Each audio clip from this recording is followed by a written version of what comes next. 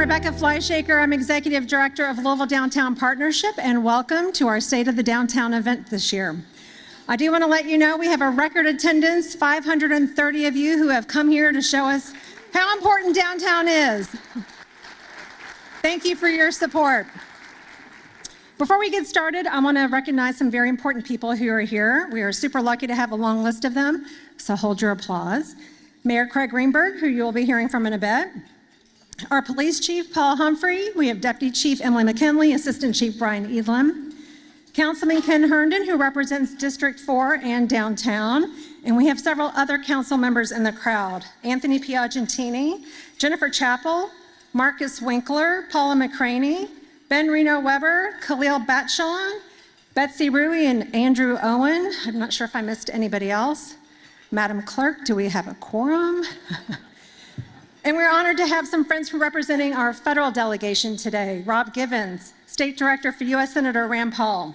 Amy Washburn, District Director for U.S. Congressman Morgan McGarvey. James Victory, Field Representative for U.S. Congressman Brett Guthrie. Board chairs of Louisville Downtown Partnership's two boards. Yes, we have two. Downtown Development Corporation's Lance Gilbert, Louisville Downtown Management District's Andy Trinan. Many of our board members who are here. LDP staff, who I could not do this without. And lastly, I'm really looking forward to hearing from our guest speaker, Jeff Speck. Thank you all for your support and for your belief in downtown.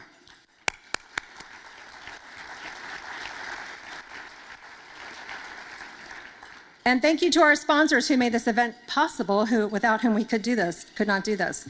Thank you to our table sponsors, 23 of you who brought your teams today. Thank you to our champion sponsors, Angels Envy, Baird, Block by Block, Fifth Third Bank, One Louisville, and Stockyards Bank. And a big thank you to our returning presenting sponsor, Republic Bank Foundation. I'd like to ask Steve Traeger, Executive Chair, to give a few remarks on their behalf. And while he's making his way up, I want to congratulate him here on being the recipient of GLI's Gold Cup at the annual meeting last week for what he's done for this community. Thank you, Steve.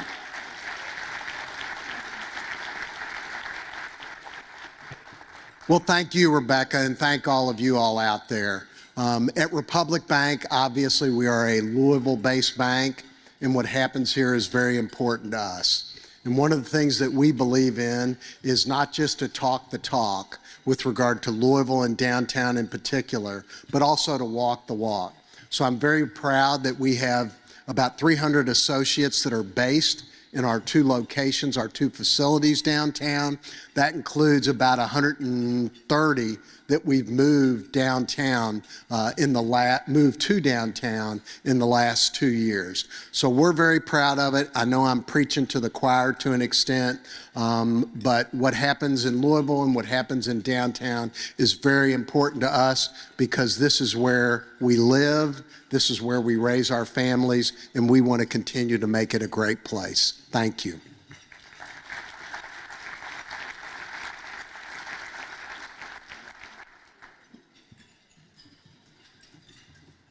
That is walking the talk when you bring your employees from the East End.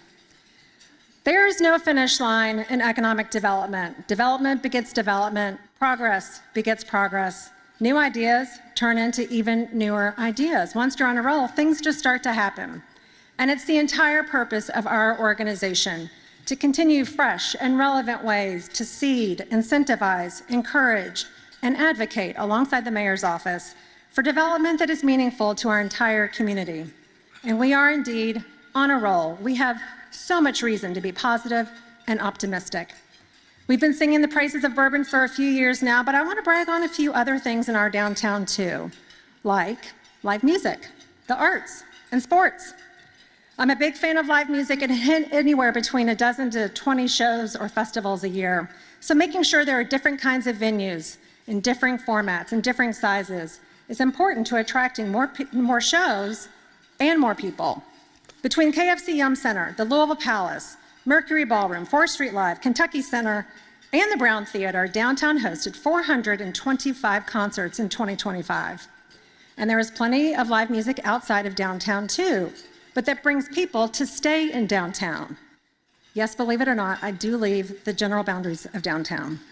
With the renewed contract with Danny Wimmer Presents, we have 2 weekends at Rival Derby, with Bourbon and Beyond and Louder Than Life out at the fairgrounds, which also is a fun time to be in downtown. Louisville also is lucky enough to be one of less than a dozen cities in the U.S. to be home to all 5 major performing arts organizations. I'm going to say that again.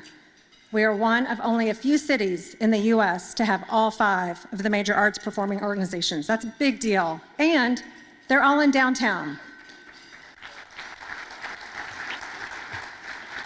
In 2025, between the Kentucky Opera, Louisville Ballet, Actors Theater, Stage One, and Louisville Orchestra, there were 250 performances in our downtown. And these organizations have some staying power. Happy 75th anniversary to both the Kentucky Opera and the Louisville Ballet, and happy 90th anniversary to our award-winning Louisville Orchestra. Yes, please. Downtown also is home to a lot of sports. I've been very vocal about my love for baseball, but we have so many more, and I do love them all. U of L men's and women's basketball, volleyball, Louisville Bats, Louisville City FC and racing a little further afield, and as of this weekend, our new UFL team, the Louisville Kings, the first professional football team in our city in 100 years. Both the Bats and the Kings have season openers this Friday. There is no excuse not to be in downtown. Together, all of those teams brought 154 games to our downtown area. Music, arts, and sports, together 829 reasons, more than 2 every day of the year to be downtown. And because we cannot downplay the Bourbon, that's the added benefit you can experience while doing any of these things. When we talk about downtown being everyone's neighborhood, it's because of this diversity and density of activity. Every answer about what makes downtown successful and thriving is people. It's you and me. Everything that is done is to attract us doing the things. And there is something for everyone, which is critical for downtown's vibrancy and relevance. Someone who shares my passion for the diversity and density of people and activity is our mayor. I'm lucky that he loves downtown as much as I do. In 2025, he doubled down on our ability to help get older, architecturally significant office buildings converted into new residential uses by supporting or allocating dollars toward projects like the Fiscal Court and the Hubbock buildings. Just last month, we had 2 new hotel announcements, including new life for the Humana Tower, an internationally renowned building and the architectural jewel that changed our skyline in the 1980s. And together, he and I are working on new legislation this session with the General Assembly for a new property tax rebate program for residential development, a new tax credit for larger office towers, as well as more dollars for downtown development. Cross your fingers. These older buildings are what make our downtown beautiful and unique. It's how you know where you are. As urban activist Jane Jacobs said, old ideas can sometimes use new buildings, but new ideas must use old buildings. Please help me welcome Mayor Greenberg to the stage.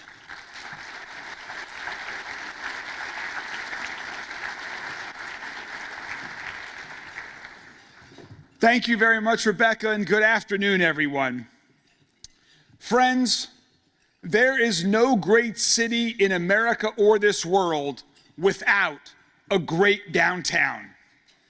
Downtown is everyone's neighborhood, and it should be the safest, cleanest, greenest, most vibrant, energetic, and welcoming place in our entire city. And these 2 square miles, right in the heart of our city, create opportunities that expand all across the 40,000 square miles of our entire Commonwealth of Kentucky. Yet when I took office just a few years ago, many thought downtown's best days were in the past. Now, as an impartial observer who happens to be here every day, I'm happy to report today that downtown is back and downtown is growing once again.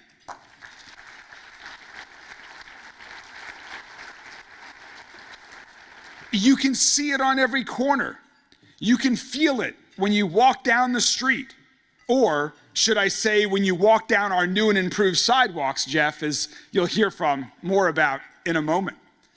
New attractions are opening. You just heard about some of them from Rebecca. Longtime local businesses like Yum are moving back downtown.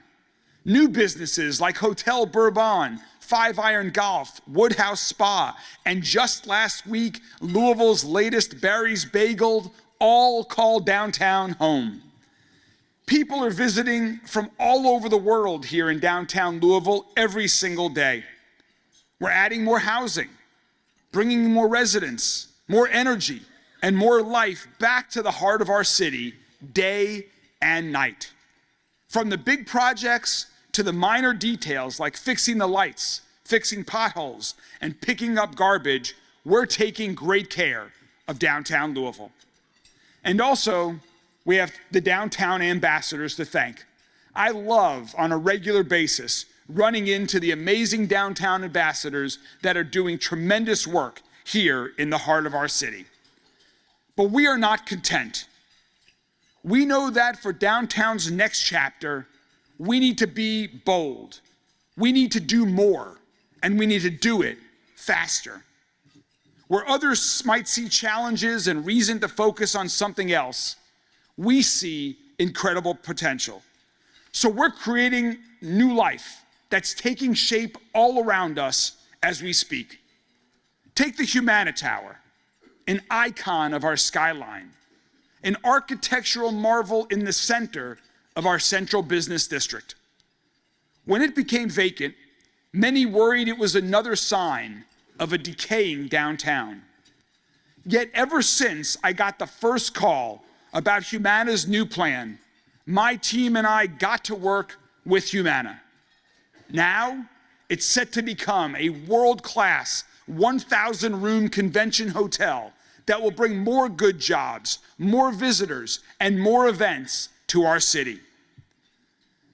Louisville Gardens is another iconic venue that once hosted the likes of Elvis, Elton John, and still one of my favorite concerts to this day, the Beastie Boys. Since it closed decades ago, it's been vacant. Now, Louisville Gardens will become a world-class production studio that will lead Louisville's and Kentucky's burgeoning film industry into the future. And the crumbling concrete of the Belvedere, which hasn't seen much improvement in over 50 years, is in dire need of repair and reimagination. Now, Louisville's most overlooked overlook is about to get a whole new look. And today, I'm excited to share a new Belvedere website with you all, LouisvilleBelvedere.com. On this website, you'll have opportunities to find ways to get involved, to follow its progress, and see updated plans, which I'm very excited to share with you in the near future. These projects are just some of what we're working on. Because when you walk around downtown on a beautiful day like today, you'll see in every block the groundwork that's being laid for downtown's next chapter. The underused parking lot next to Slugger Field that will become housing, restaurants, shops, and more. The renovation currently underway at the Louisville, Maine Free Public Library. The new world-class research building that U of L is building a block away from LouMed Commons, which is a brand new urban park that we just opened late last year. And vacant properties like Jefferson County Fiscal Court building that we're turning into housing, and so much more. It was music to my ears yesterday when I was walking into Metro Hall and heard jackhammers inside of the Fiscal Court building, knowing that work was underway to turn that long, mostly vacant building into new places for people to live. You see, friends, this collectively is transformative change. Change that only happened because we recognized our opportunity, believed in the importance of downtown, and made bold decisions to reimagine downtown for today and for future generations. To do all of this, it takes great partners, so many of you whom are in this room today. To Rebecca and your team at LDP, thank you all so much for what you do every day. To my colleagues on Metro Council, many of whom are here today, you heard. who work with me on our city budget and other initiatives that boost our downtown and every other neighborhood in our city. Thank you all very much. To Governor Beshear, thank you for your partnership in creating jobs and opportunity here in Louisville and being here for us in our times of greatest need. And to my partners in the General Assembly, Senate President Stivers, Senators Rocky Adams and Neal, House Speaker Osborne and Representative Nemus Stevenson, and so many others, thanks to all of you for your support of downtown Louisville. Many of us come from different backgrounds, and sure, there are times that we definitely disagree. But I've learned that despite our differences, urban or rural, Democrat, Independent, or Republican, we all love Louisville and our Commonwealth, and there is common ground to be found. That's why 2 years ago, the General Assembly invested a record $1 billion in Louisville, $100 million of which was dedicated just here in downtown Louisville, making many of the projects we're now talking about today possible. And friends, our friends in the General Assembly are hard at work right now working on the budget. So if you know a legislator, give them a call today and tell them you support downtown Louisville and our entire city when they're making budget decisions. You see, this type of collaboration is not happening in Washington. It's not happening across the rest of our country, but it's happening right here in Kentucky. And it's creating transformational change right here in Louisville. Now, as proud as I am of all of this progress that we're celebrating today, as excited as I am for the future of downtown and all of Louisville, I also know that this progress is not lifting everyone up. It's not reaching everyone. And I feel the responsibility to ensure that we all find ways to support and strengthen everyone in our great city, including our most vulnerable neighbors. So we're laser focused on this challenge as well. And that's why we created the Community Care Campus in partnership with Volunteers of America, which will soon fully open and provide more services for families experiencing homelessness, including case management and housing placement. And for those experiencing chronic homelessness in downtown Louisville and throughout the rest of our city, we know that providing shelter is not enough to meet the challenges they face and to help them stay on a positive path in life. So recently, I launched Home for Good, an initiative in partnership with the Coalition for the Homeless and others, which aims to provide permanent supportive housing for at least 250 more people experiencing homelessness by 2027. With Home for Good, we've already started creating spaces at the Community Care Campus and elsewhere across our city, where people in need have a safe, affordable place to live, and where they'll be supported by healthcare professionals, social workers, job training specialists, and other professionals who can help address their underlying needs and provide a path to stability in addition to their housing. To create this change that we're looking for, our plan requires resources, and it requires all of us on the same team working together. People like us gathered in this room today who can create positive change to help our neighbors.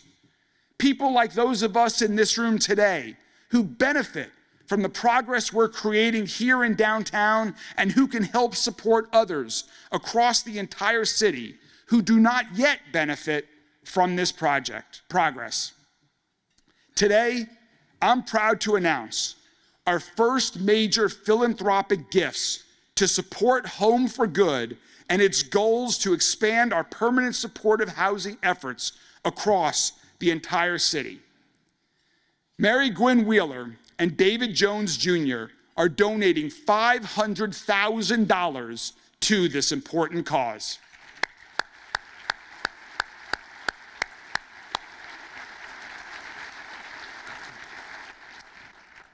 Mary Gwen and David were not able to be with us here today, but that doesn't mean they can't inspire us. In fact, they and this initiative already inspired one person who is with us here today.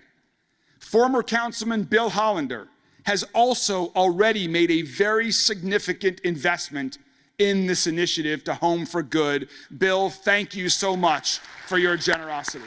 Where is Bill? I think he's over here. Thank you, Bill. So whether you're familiar with Home for Good or you're just learning about it for the first time today, please go to homeforgood.louisvilleky.gov to learn more about this important partnership. Think about how you can help, the positive impact you can make. We would love to have you on this growing team. We're all gathered here today because we're all invested in the state of our downtown and in the state of our entire city. You don't need to contribute like Mary Gwen and David and Bill to make a meaningful impact, although we would love to have your support. There are still many other ways to make a positive impact. Eat lunch or dinner downtown regularly. Go to one of those great shows that Rebecca was just talking about, to a museum or a bourbon experience. And when you do that, invite a friend who hasn't been to downtown in over 5 years to join you. You can enjoy a walk in Waterfront Park. Bring your kids or grandkids to the new Playport in Waterfront Park West. Go to a ball game, as you just heard. This Friday night, we have the Louisville Bats who are back. And Louisville's brand new professional football team, the Louisville Kings, kick off the entire UFL season right here at Lynn Family Stadium. Be sure to join us downtown for Thunder Over Louisville and so many other wonderful Kentucky Derby Festival events in just a few weeks. Now, so while we're hard at work building downtown's next chapter, all of this that you're hearing about today and so much more is happening in downtown Louisville right now, in Louisville, in downtown Louisville. Friends, Louisville, let's go. Thank you.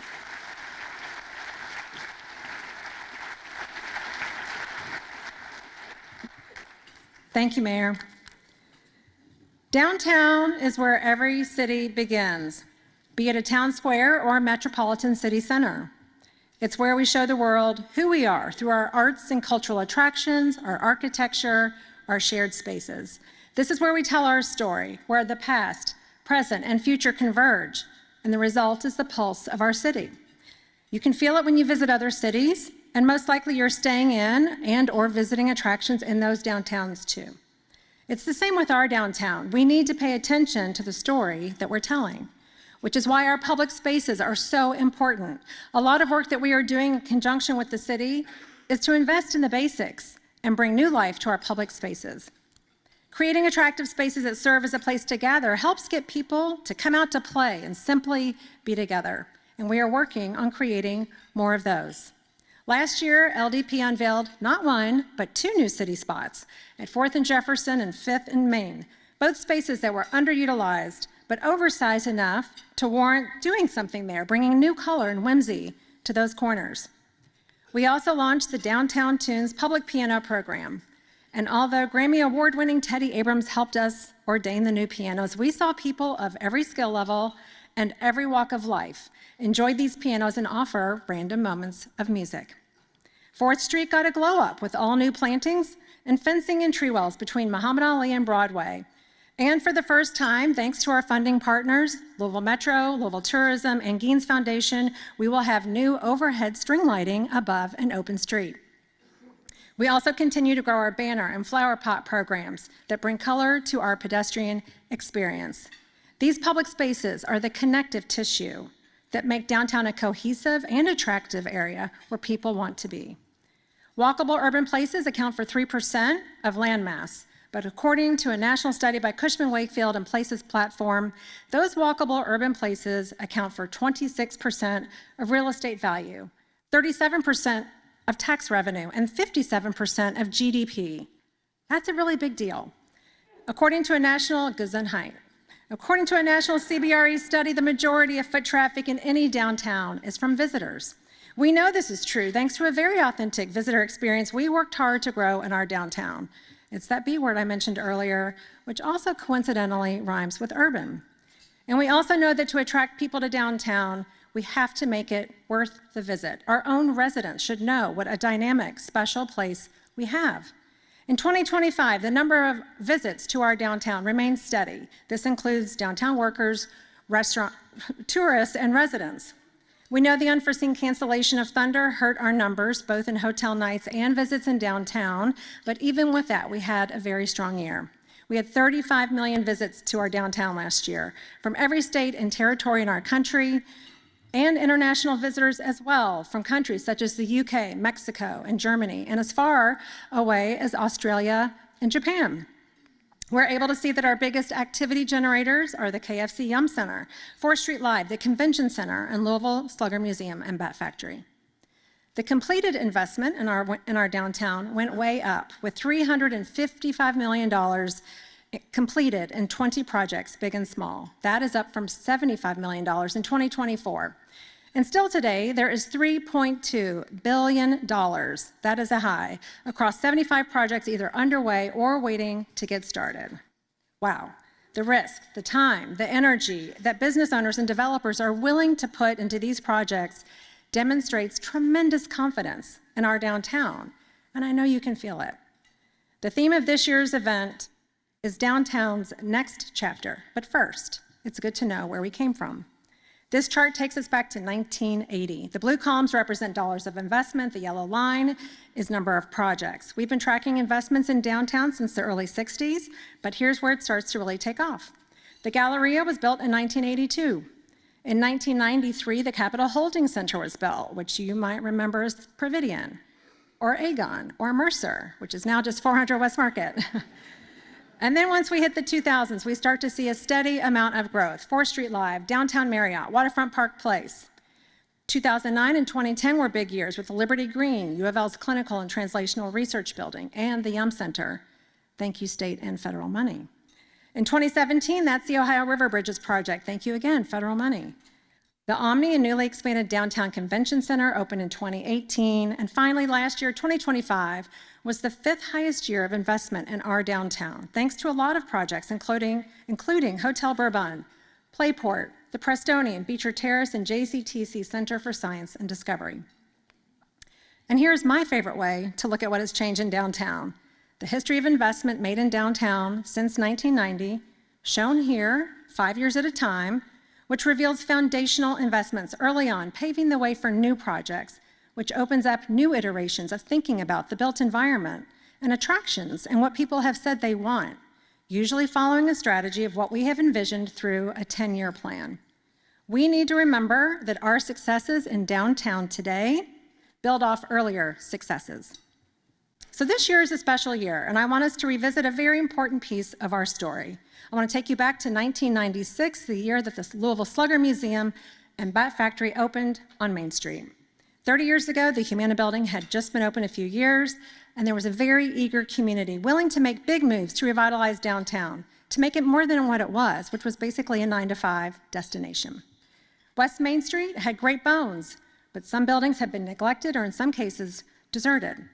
This was the early days of our organization, created specifically to put an emphasis on downtown development, to increase vibrancy and economic growth, to create an authentic sense of place, and set the table for more development that would help our whole city. My predecessor in this role, Barry Alberts, was working with local architect Bill Wayland, who is in this room today, who had their eyes on this street full of our city's great architectural legacy. What could we do to make this a really special street? What would help the community see what we have right here and help build pride? It just so happened that Louisville Slugger's factory was open to looking for a new home. They started making bats in 1884 on 1st Street, and then in 1901, moved to Smoketown. And then in 1970, they moved to Jeffersonville, Indiana. The Louisville Slugger, you guys, we couldn't even find a picture of that place. So Barry got in touch with the owner of this beautiful old warehouse. She had a buyer, but it wasn't somebody who was interested in redevelopment. And Barry asked if he could get some time to match the buying price, and she said yes. This renovation, including the largest bat in the world, got national attention. President Bill Clinton was here for the opening. I'd say the rest is history, but stick with me, there's more to the story. While all this was happening, our organization worked with the city to create a new streetscape between 6th and 9th Streets with brick sidewalks, bump outs at the corners to calm traffic, street furniture and sidewalk markers to call out the original businesses that occupied these buildings, and walking sticks that encircled new street trees, telling the story of this historic stretch. The city also offered facade loans to all the property owners on this stretch to freshen up their building facades to show off what only a few people knew, that this special street is home to the second largest collection of cast iron facades in the country, second only to Soho in New York City. So, I like that. So, large-scale developments and placemaking on the street are equally important. We had something special going on here. Hence, the new Cultural Arts District was born, now probably better known as Museum Row or historic West Main Street. Building owners took advantage of the facade loan. Businesses and attractions started looking at West Main Street as a new, exciting location. The Cultural Arts District got all sorts of national attention and won urban design awards, and the city started to take pride in its downtown. Local historian and archivist Tom Owens said it best. Historic West Main Street is a strolling museum of the city's history. And he's with us today too. So let's give it up for Tom and Bill.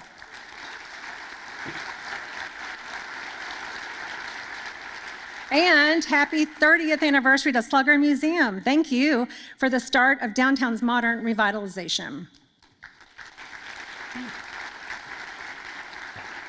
Now let's fast forward 15 years to 2011. After new offices located here, new attraction hotels were opened, such as 21C and Fraser History Museum, and downtown life did grow past 9 to 5. Then this other new phenomenon started to bubble up, one that had not been a glimmer in anyone's eye back in 1996. It's that B word again.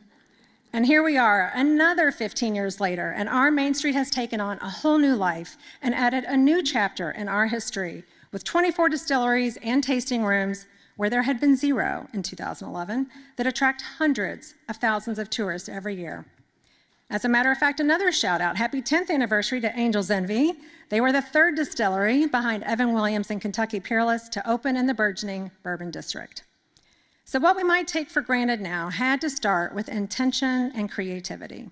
And today, especially today, we must continue planting seeds for whatever the next chapter will be for our future. In the meantime, some amazing things are happening. In 2025, we saw new projects open, such as Mashup Food Hall, Woodhouse Spa, and the Nulu Haymarket. And new projects are on the way, such as the Colt Club, Sons of the American Revolution's new museum, and Nulu Crossing, which will bring 500 new apartments to that district. And who could miss, and I'm going to mention it for the 3rd time, the back-to-back hotel announcements a month ago of the conversions of both the Brown & Williamson and Humana Towers into some much-needed hotels. 8 new companies came to downtown, several of which were new to the city and state, which means new tax revenue, and some came from suburban locations who wanted to walk the talk. Yum also had FOMO, and they announced their relocation to downtown, which will bring an influx of 550 new employees to the PNC Tower and that many more feet on the street. We saw 40 new street-level retailers open in downtown. That's twice as many that has closed, such as Goodwood Brewing and Five Iron. And another 8 companies relocated within downtown, which is really important to point out.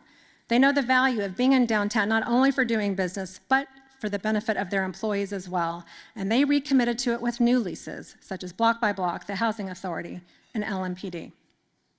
Housing is still at the top of our priority list.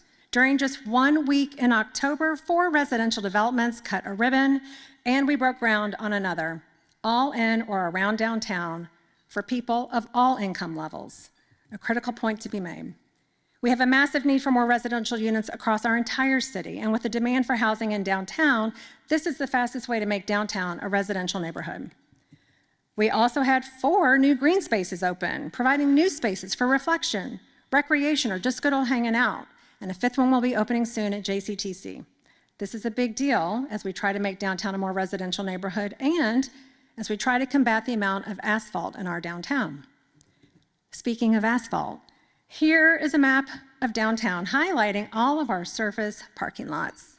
It's gross.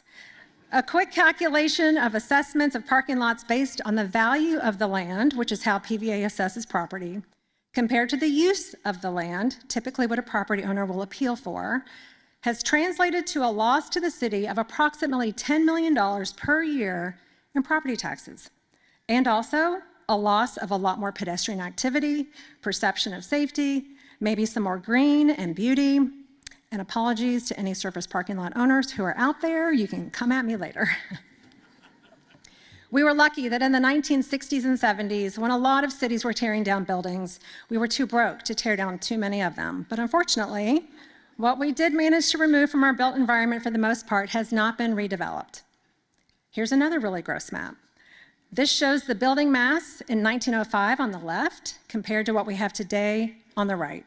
Sure, we have bigger, more modern buildings, but we have so much empty space. According to a recent Courier Journal article, about 1/4 of a square mile of Louisville's central business district is devoted to off-street parking. So let's flip the script. It's also so much opportunity. With potential new financial tools and incentives and changes in law hopefully on the very near horizon, such as the property tax rebate and a new downtown investment fund, developers and property owners will hopefully find new ways and resources to redevelop these eyesores, create new uses that will increase pedestrian activity and property values, and make for enjoyable and safer environment.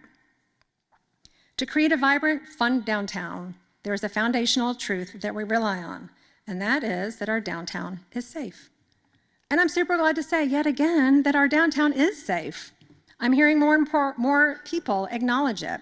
So perceptions are changing and people are actually seeing it. Thanks to Chief Humphrey and his command staff, as well as the Downtown Area Patrol and the broader 1st Division, we are well taken care of here. Our partnerships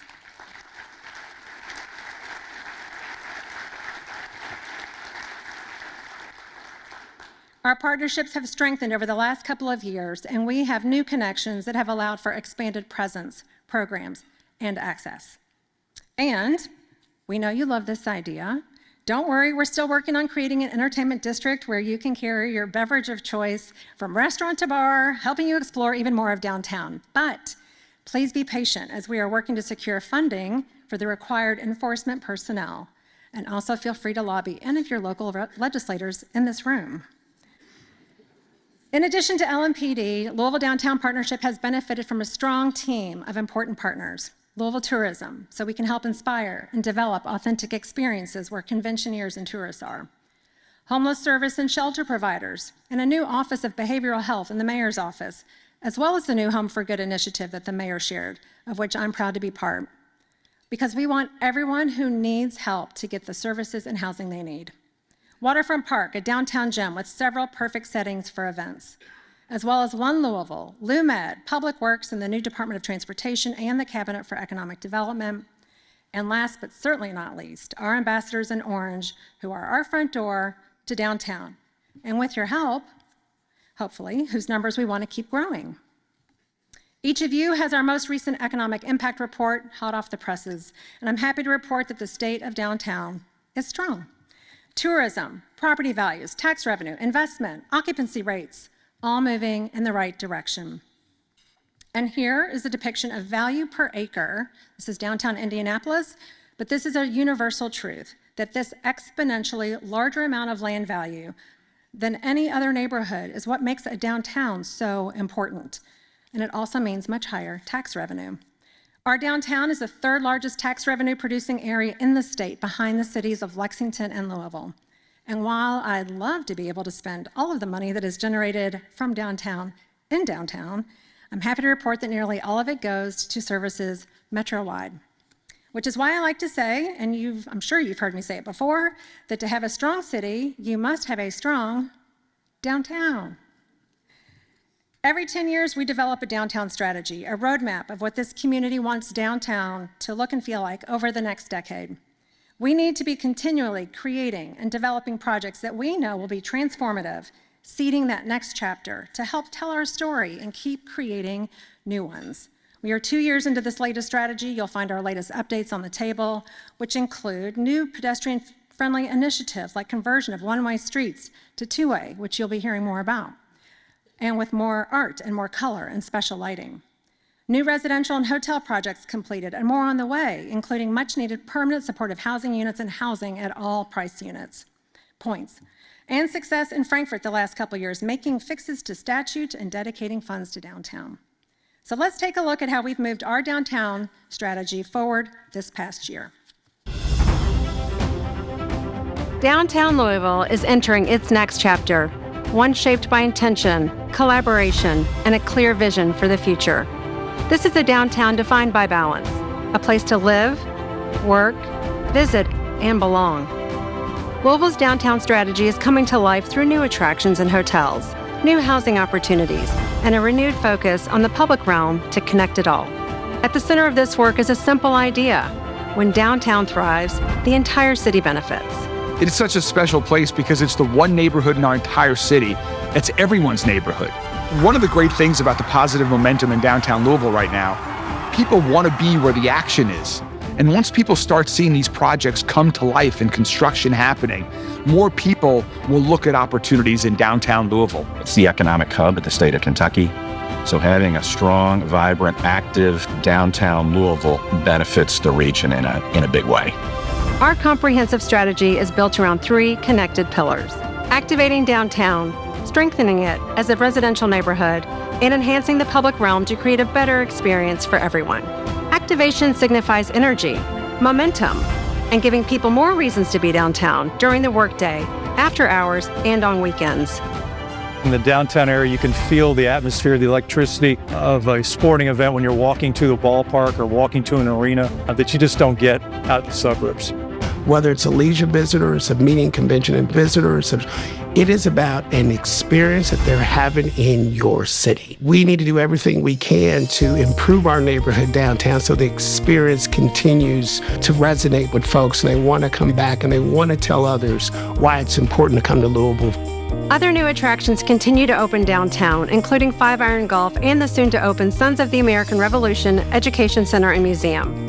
Along the river, Playport opened as part of Waterfront Park's Phase 4 expansion, creating new opportunities for families and visitors to experience downtown. You've got the restoration and transformation of the Humana Tower for its next chapter. Diamond Baseball Holdings with building a whole new neighborhood right next to Louisville Slugger Field. And the transformation of the Belvedere from 50-year-old crumbling concrete into a world-class destination. Activation isn't just about major attractions, it's also powered by programming and events that create consistent activity downtown. For us to drive that activity down here to Main Street, whether it's during the day or whether it's during the evening, is really important for just the whole area. We're a really vibrant, active city that has a lot going on. From Food Truck Wednesdays and Steins on Main to downtown drive-ins and Pickleball Street Fest, these events bring energy to streets and public spaces. As a result, tourism numbers are rising, more people are back in the office, foot traffic is increasing, and downtown is a place people seek out and not just pass through. The strategy's second pillar focuses on downtown as a residential neighborhood.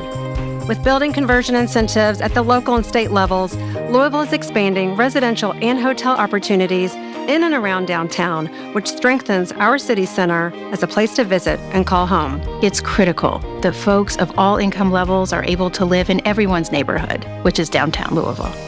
Having folks close to the hospitals, close to the central business district, close to restaurants, it helps the businesses because they have workers nearby, and it helps families because they have access to all kinds of communities. 776 residential units were completed in 2025, with an additional 2,500 units currently underway. We want downtown housing developed at every price point, helping to ensure that growth is inclusive and that the most fragile to the most stable can all call downtown home. As more people live downtown, safety and quality of life become even more important. Investments in public safety, including new downtown police headquarters, are increasing visibility and presence, which gives greater confidence to residents, workers, and visitors. It is absolutely critical that we have a strong residential neighborhood at the heart of our city, because that's really what drives activity. It's what creates a sense of place. It's what creates safety by having people on the street. It's a very safe downtown, easy to navigate. Visitors who come feel very welcome. The hospitality here is really good, and people reflect that. Our role is safety. We've invested in our DAP unit, that's our Downtown Area Patrol. We've provided new vehicles for them. We've purchased side-by-sides and ATVs that they ride on that gives them more accessibility to the public. The third pillar of this strategy is enhancing the public realm, creating walkable streets, welcoming public spaces, and strong connections throughout downtown. Placemaking initiatives like City Spots, Downtown Tunes, Traeger Microforest, rotating public art, or new murals are transforming underutilized spaces into places that invite people to gather and linger. At the same time, major infrastructure investments are reshaping how people move through downtown. Projects like Main Remade and the East Market Streetscape are already underway or complete. We have several one-way to two-way conversions that will be happening. We have the 9th Street corridor happening along with Broadway all the way, as well as River Road. We want people to travel throughout the city, whether they're residents or visitors, safely and efficiently. Last year, we opened Lumet Commons. That was our 1-acre park that used to be a correctional facility. It is now a beautiful green space with a pavilion, and we're really proud of that. But there are other projects that we're working on, like the Chestnut Street Corridor project. That will be about a year and a half project where we're revitalizing 8 blocks of that street. Streetscape improvements along South 4th Street and special lighting enhancements are changing the look and feel of downtown, making it more inviting during both day and night. We hear that from our customers that come from Chicago, DC, and Atlanta. They say, wow, this city's very walkable, it's very connected. And those things are very important. When we think about what it means to not only activate in this space, but to beautify this space, to bring people in together, I think there is huge power in choosing to be a stakeholder, in choosing to invest in downtown Louisville, in choosing to invest in our people, and create a space where everyone can come, feel comfortable, feel like they belong, and feel like it's theirs. Downtown is a neighborhood defined by the people, for the people who are there every day. We are always looking for the next best way to make sure that people are safe and feel safe. And downtown is key to that because it is so visible. This is a place for everyone, something where no matter what walk of life you come from, what part of town you come from, you can go downtown and have a good time. Together, these investments prioritize pedestrians, support businesses, and create a downtown that is easier to navigate and more enjoyable to experience. When you look back on these years, in 10, 20, 30 years from now, you will see that the investments we're making now have created a new downtown to live, to work, to host an event, to sip bourbon, to enjoy wonderful things that only happen in downtown Louisville. That's what this moment is all about. Today's new paradigm: capital follows people, people follow place. Place needs investment. Our strategy is a holistic one, where residential vitality, cultural energy, business growth, and public infrastructure work in concert. Downtown Louisville's long-term future is bright, based on a 30-year foundation of major improvements and success. Our next chapter is already being written, block by block, project by project, guiding our way to an ever-thriving downtown.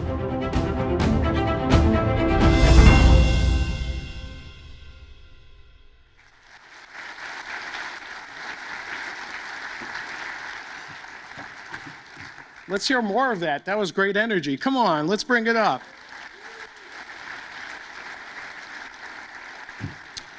Good afternoon. I'm Lance Gilbert, and I have the privilege of being chairman of the Downtown Development Corporation, or LDP. Thank you, everyone, for being here today and your support of downtown and for sharing your time with us today. I hope you feel the infectious excitement about downtown, not just from the presentations that you heard or the speeches that you heard, but also experiencing it live yourselves every day. And you can expect more exciting news about downtown, about future investments to come in the near future. First, I would be negligent if I did not express to you that my role as chairman could not be successful without the support of the remarkable board members, as it may be noted in your program. If not, it's on our website.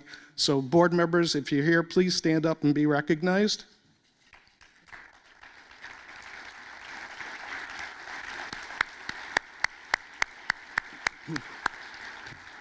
Thank you. And most importantly, LDP's success centers on the leadership of our Executive Director, Rebecca Fleischhaker, and her amazing staff for all the work towards a vibrant downtown. Please stand so everyone can thank you and your staff for the dedication that you do to support.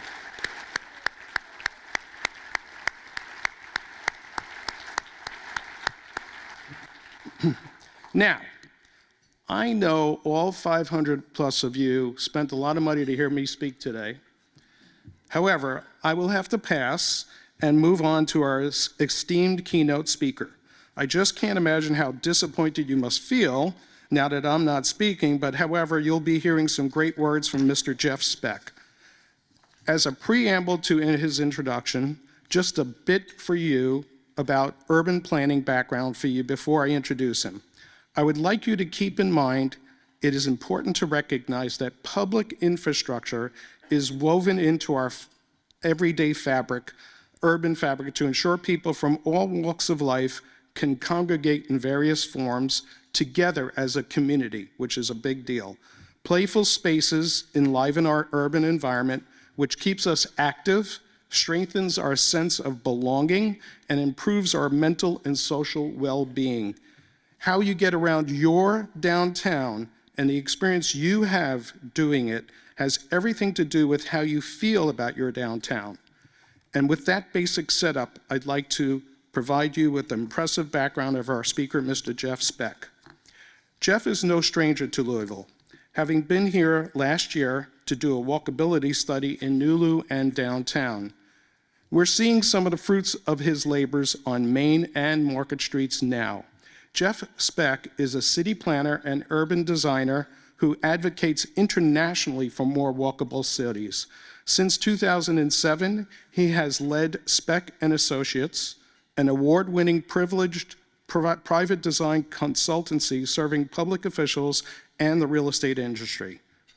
Prior to that, Mr. Speck served as Director of Design at the National Endowment for the Arts from 2003 through 2007, where he presided over the Mayor's Institute on City and Design and created the Governor's Institute on Community Design.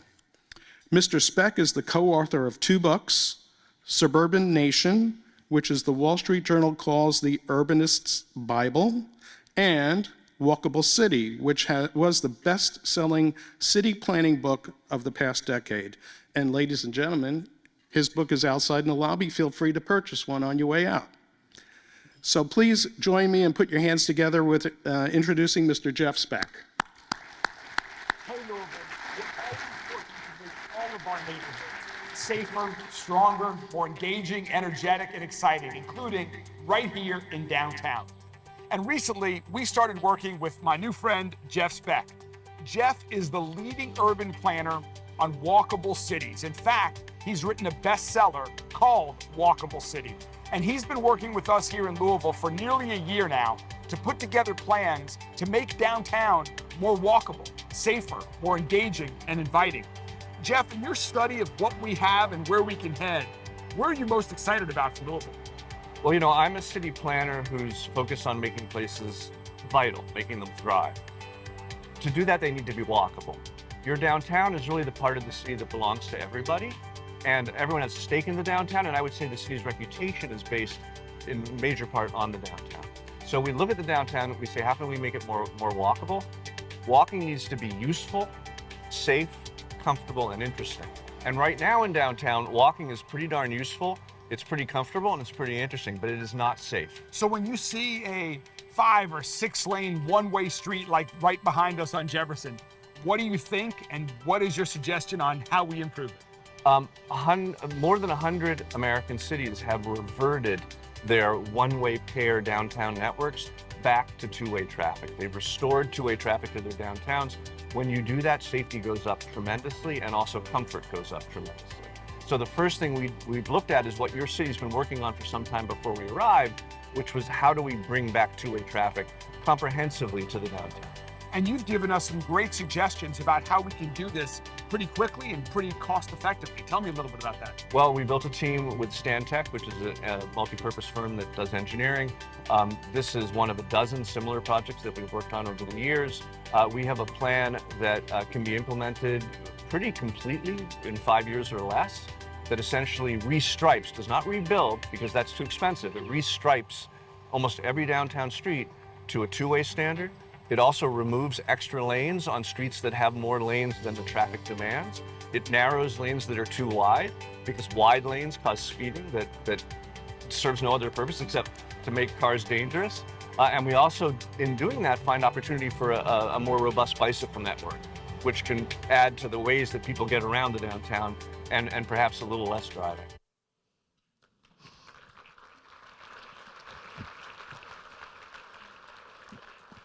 That was my talk. Excuse me. That was my talk. I hope you enjoyed it. Wow, well, it's great to be addressing such a big room with so many people in it. Thank you to the Louisville Downtown Partnership, beautifully led and effectively led by Rebecca. And you're so lucky to have a leader like Mayor Greenberg, who, as the Beastie Boys would put it, is as cool as a cucumber in a hot tub sauce. I have a lot to tell you today. I have about half an hour. I have 246 slides, I believe, which is kind of normal for me. I can do it.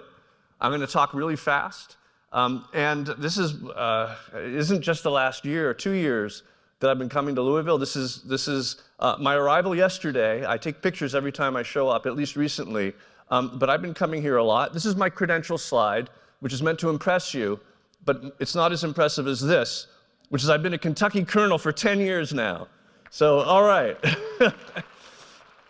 and Jennifer Commissar Kern gave me a derby pin, so that's my other credential. I understand there's a new one this year. I'm happy if you have an extra, just throw it my way. This was back in May that I was brought here. I've probably been here 8 times over the last 20 years. Probably Louisville is the place where I spend most time, aside from my own home city of Boston. But this effort that I'm going to talk to you about today began in May of 2024 when the Urban Design Studio, led by Patrick Puma, brought me in. Let's hear it for Patrick. I know he's here today. My kind of guy riding a bicycle with a beer, nothing better. Except maybe a bourbon. And thank you, Rebecca, for, I didn't realize that urban rhyme, I didn't think about the fact that urban rhyme with bourbon, but I'll have to use that moving forward. By the way, you'll know that you've reached, I want to thank everyone who's here today for supporting this organization. You'll know that you've reached your fundraising goals when we have an open bar at this event. So I gave a talk in 2024. Who was at that talk? Who's going to be hearing things again for a second time? Okay, not very many of you, that's good. And that actually brought me back because that talk and a conversation with Mayor Greenberg and others led to the decision to fund a walkability study, which is essentially a new street striping plan for the downtown and for Nulu. So that led to this lecture and this plan. And this plan was completed in November, and it is ready to go.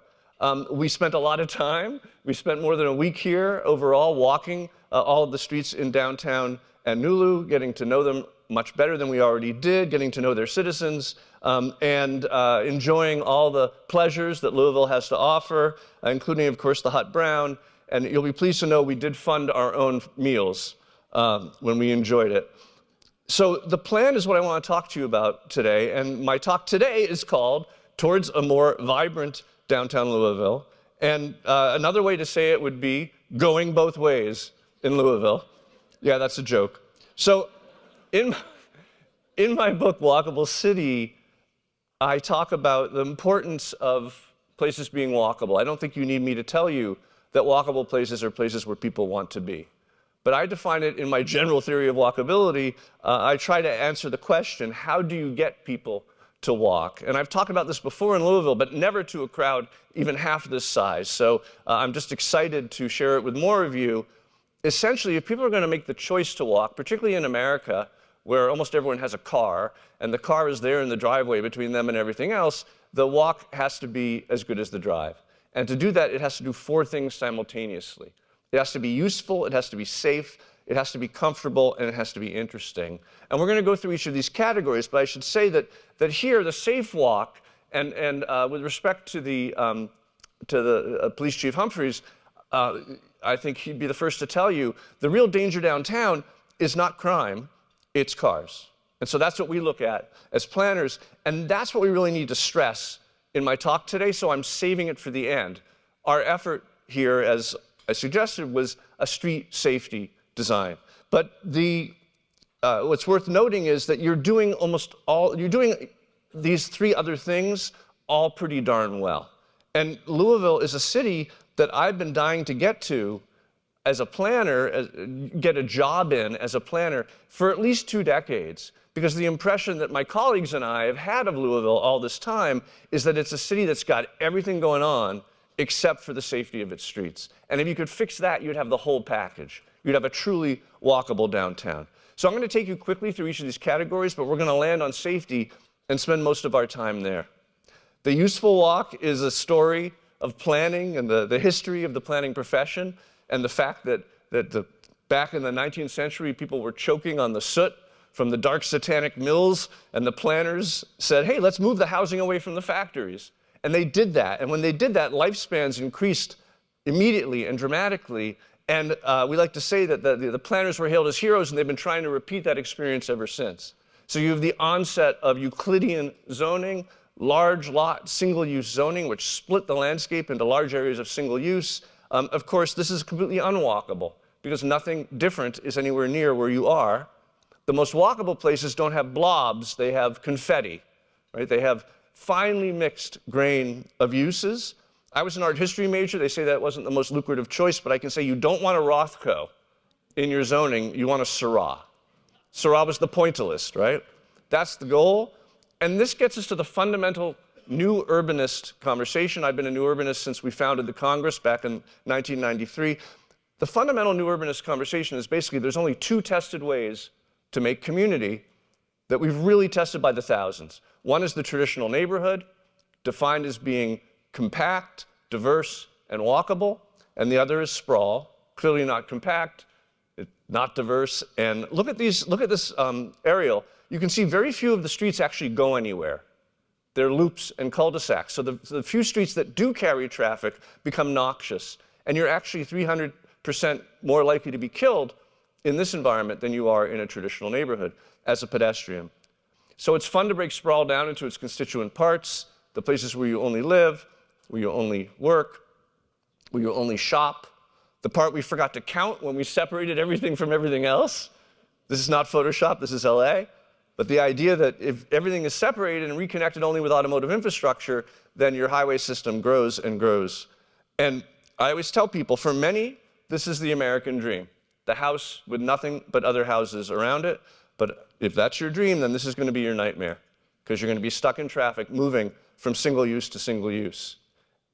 And the amount that we invest in our horizontal infrastructure so that you never have to wait more than 1 cycle at a light because it's so painful to be in this environment.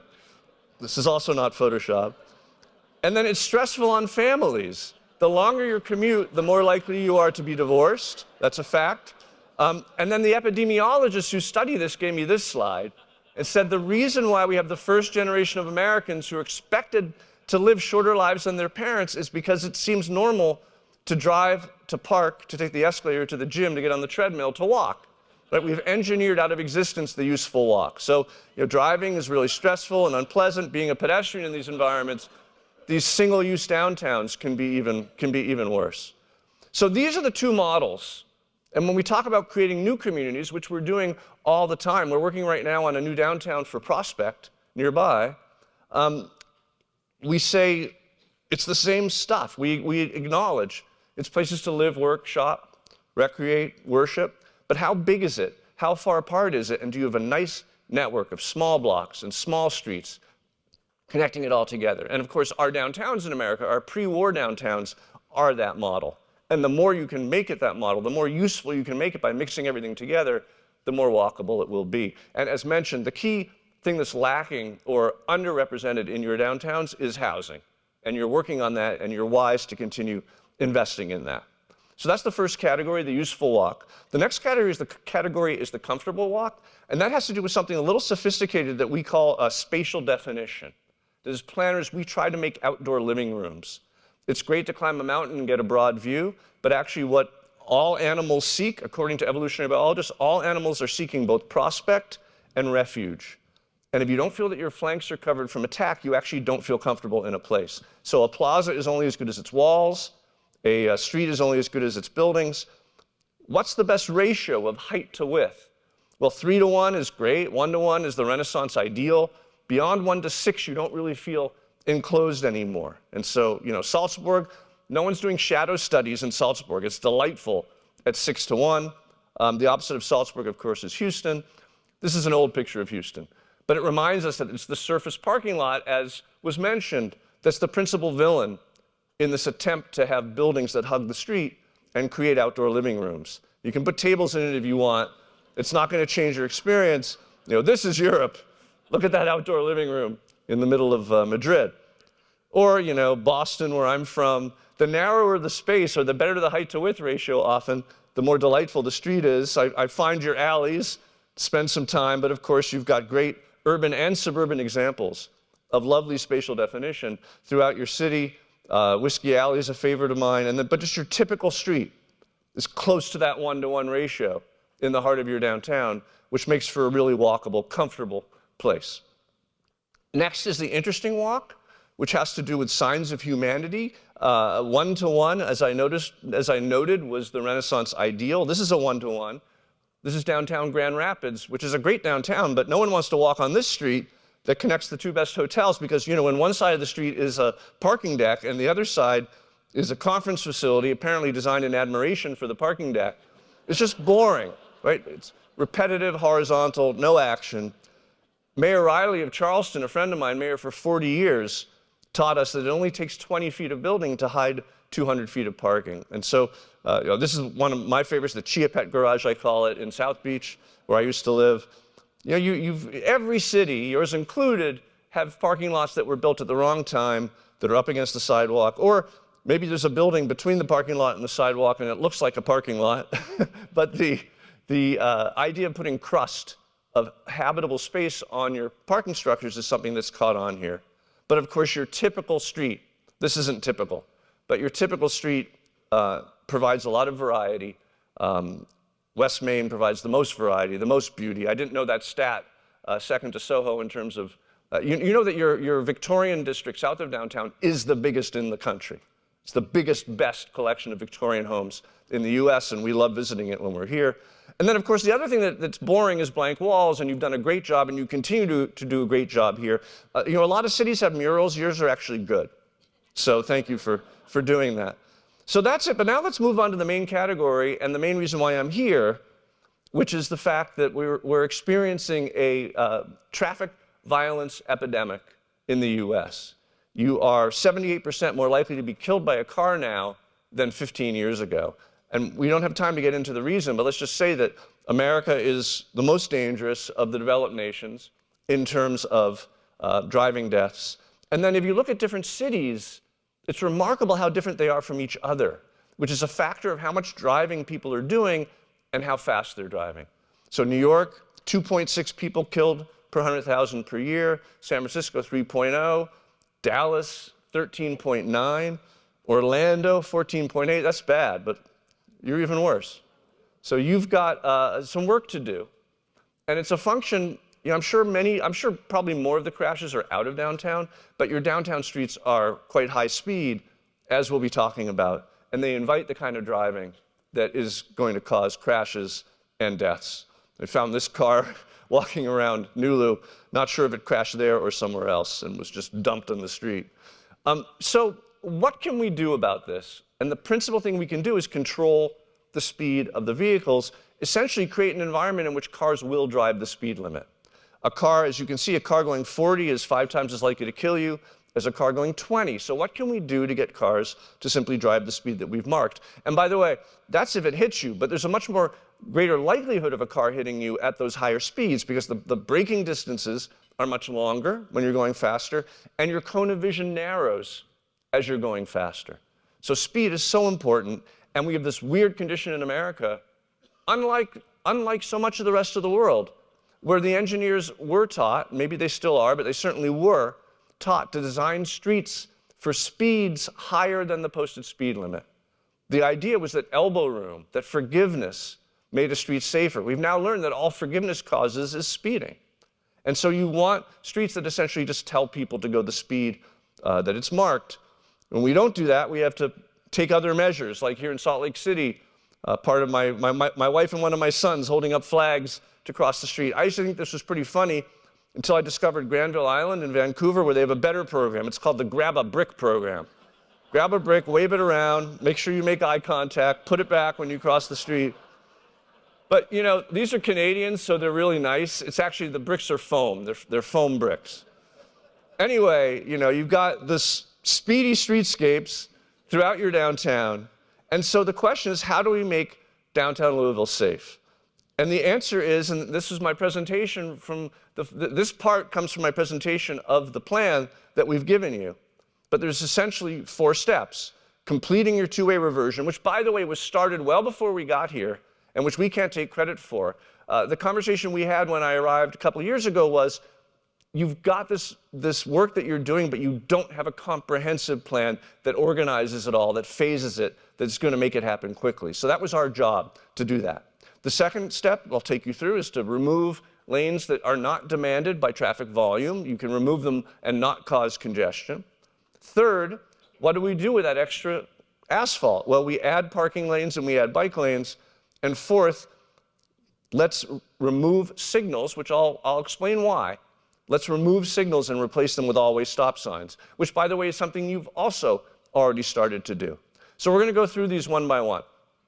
Completing the two-way reversion. This is a story that I've been telling around the country and the world, really, for about 20 years.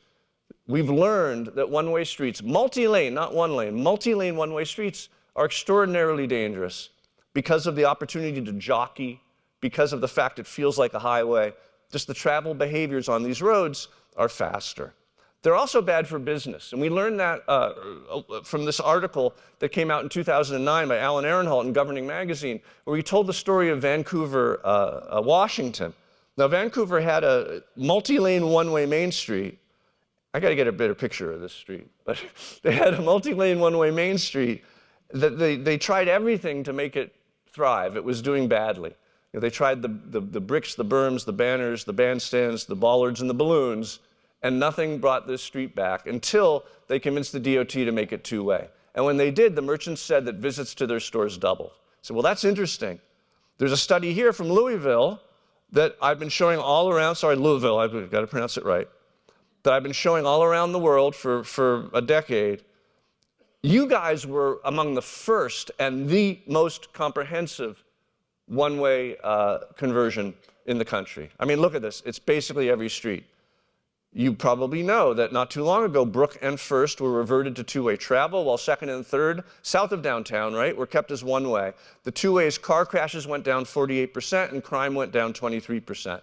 On the one-ways, crashes went up and crime went up. Remarkably, traffic safety improved on Brook and First, even though traffic volume increased on those streets, 13 and 40% respectively.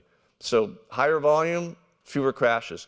Now, you would think that there'd be 100 studies like this, but it's amazing how the studies have not been done. There's only a few others that you can find. This one happens to come from Israel. In Jerusalem, they studied hundreds of one-way and two-way streets and found that accident rates were clearly higher on one-way streets for all street classes and accident types, mid-block and at intersections. And then this study is from Canada, where they found in Ontario, the injury rate was 2.5 times higher on one-way streets than on two-way streets. And by the way, 3 times higher for children from the poorest neighborhoods. So we've been doing this work for some time. It's convenient and instructive that one of our projects from not too long ago was New Albany, which you may remember, New Albany had an entirely pretty much entirely one-way downtown. And we did this plan for them a number of years ago, and they sat on it for about 3 years because they were worried, particularly the police chief, the fire chief. You know, they were losing that extra lane to stage a vehicle. Is this going to be bad? But after 3 years, they did the whole thing in one summer, thanks to, you know, community input as well as great leadership.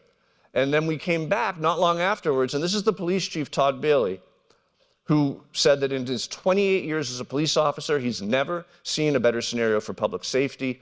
Speeds have been reduced, crashes are down, and response times to call for service are better than they've ever been. So that's a very good example right nearby.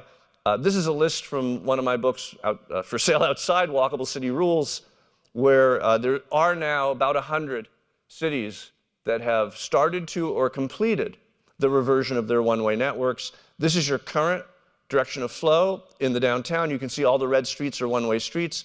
This is what our plan accomplishes over the next 5 years, and it will truly be remarkable. And by the way, when we say reversion, we do not mean this, where you just flip one lane, because there's another issue, which is how many lanes are in the street, which gets to our second category, removing extra lanes. Now, this is Oklahoma City. I was called to Oklahoma City about 20 years ago because Prevention Magazine named them the worst city for pedestrians in the entire country.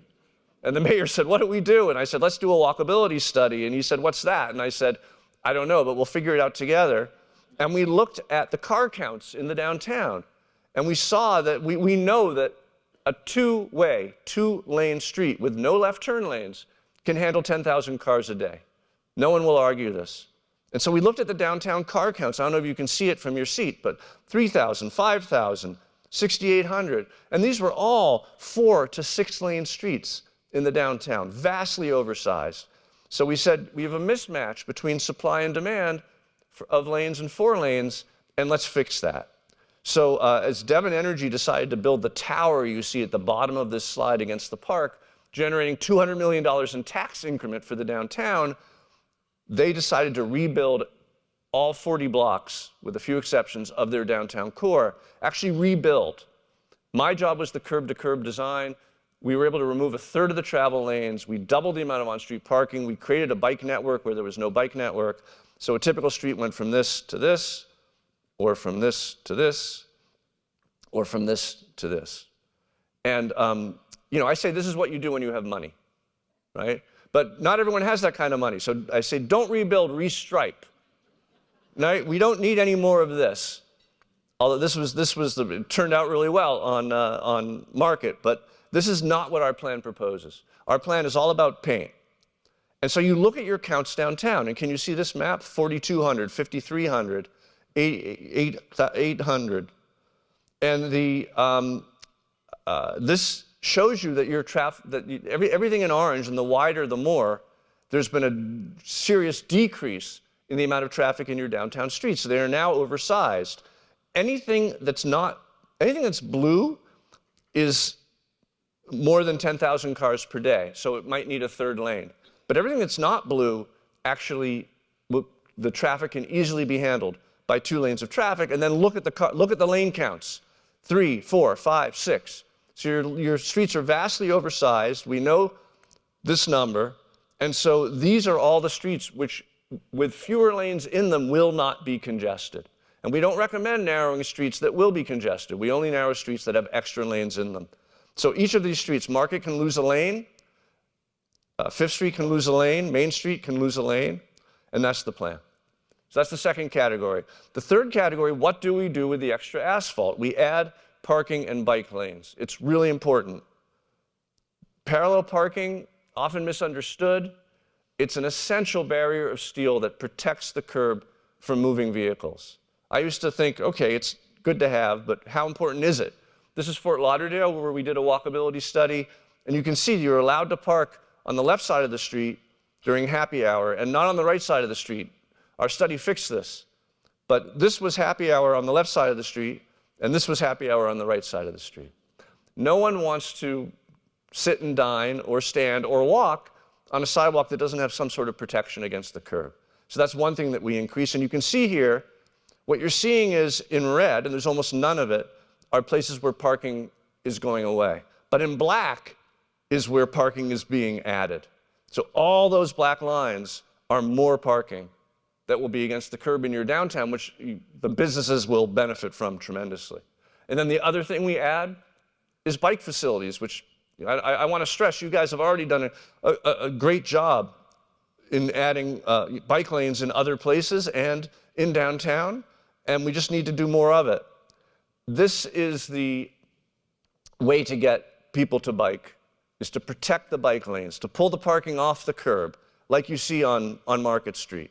So you have that barrier of steel between the driving vehicles and the bike lanes. This is Prospect Park West in Brooklyn. When they removed a lane from the road, pulled the cars off the curb, protected the what's called a cycle track, the number of cyclists tripled, speeding dropped precipitously, injury crashes dropped precipitously, yet just as many cars were getting through this facility after as before. And the same with the parallel streets. Because before, people were basically just speeding from red light to red light. So this being New York City, of course, there was a 6-year drawn-out lawsuit, but eventually the bike-hating NIMBY trolls grudgingly surrendered to reality. But I show this picture to remind us that this is the kind of low-stress network that everyone will use, but no one wants their daughter biking in the door zone. And there's another reason not to have door zone bike lanes, which is that people always put stuff in them, right? Trash cans. I collect these. If you have any, send them my way.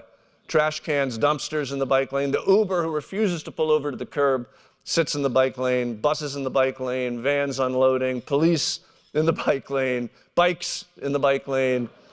There's always something in the bike lane. So we want our new bike lanes to be protected. And then there's sharrows, which get put in some of the darndest places, right? Who would feel safe on this road with a sharrow? And the studies showed that on busy streets, on busy high-volume streets, sharrows do not make the streets safer. I went on Twitter when I read that article and said, who's got a new sharrow symbol that's more accurate? And this one was sent my way. But the winner was Queen Anne Greenways, who made it the prayer row.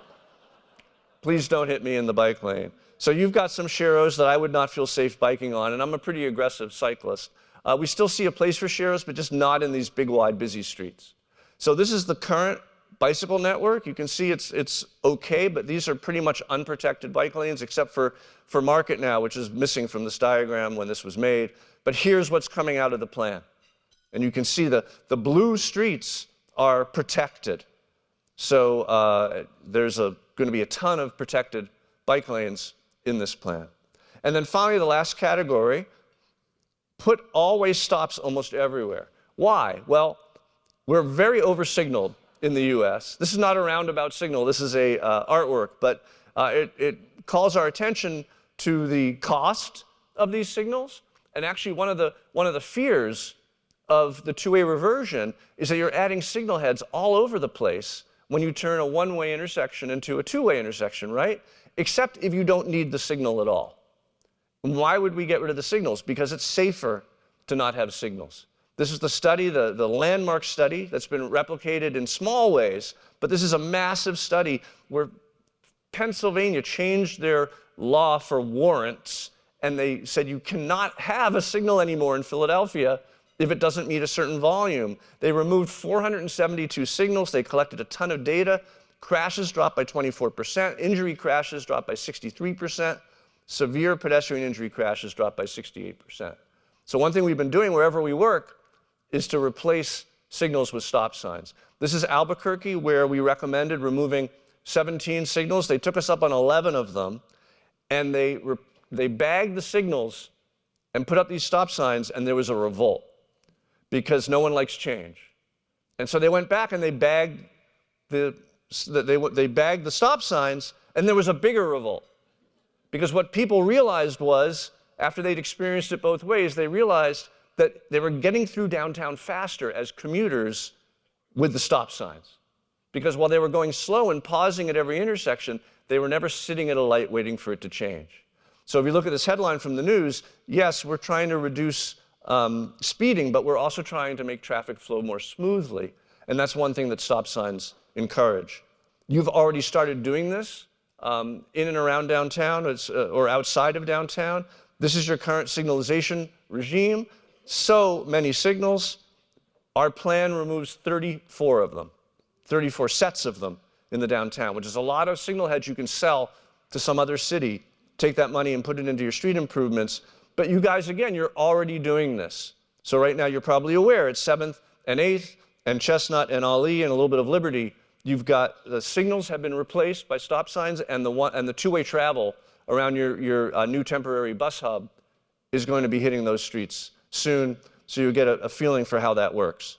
But that's everything. With the focus on safety, I think the plan will do it.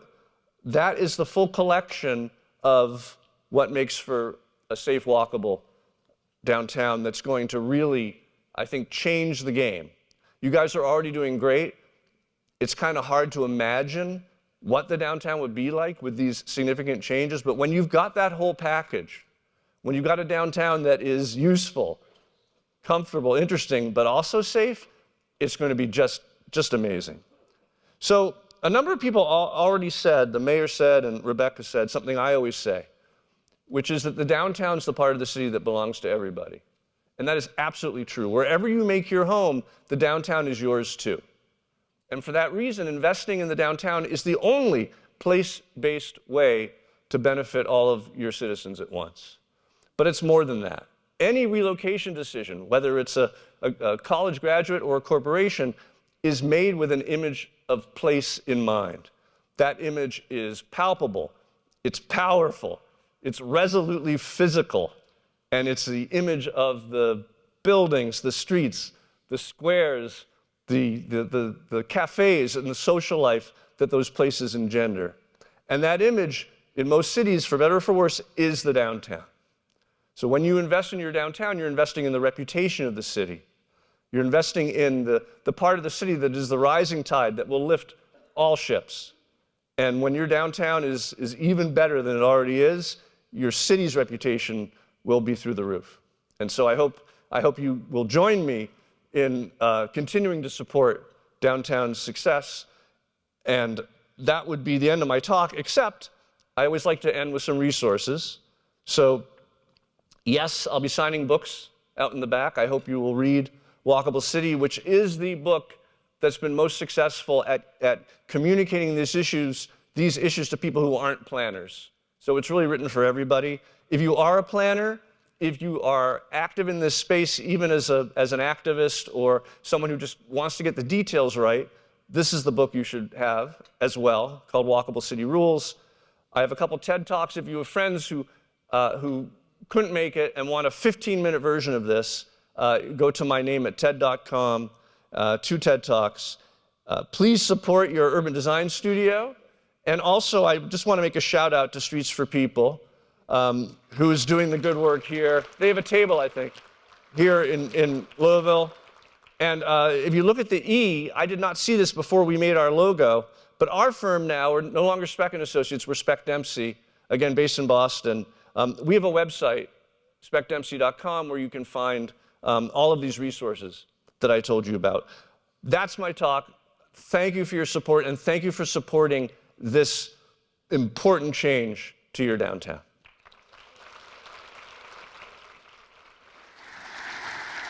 Thank you. All right, thank you, Jeff. How great was he? He's here till 2. If you want to buy a book, get him to sign it. So, why does all of this matter?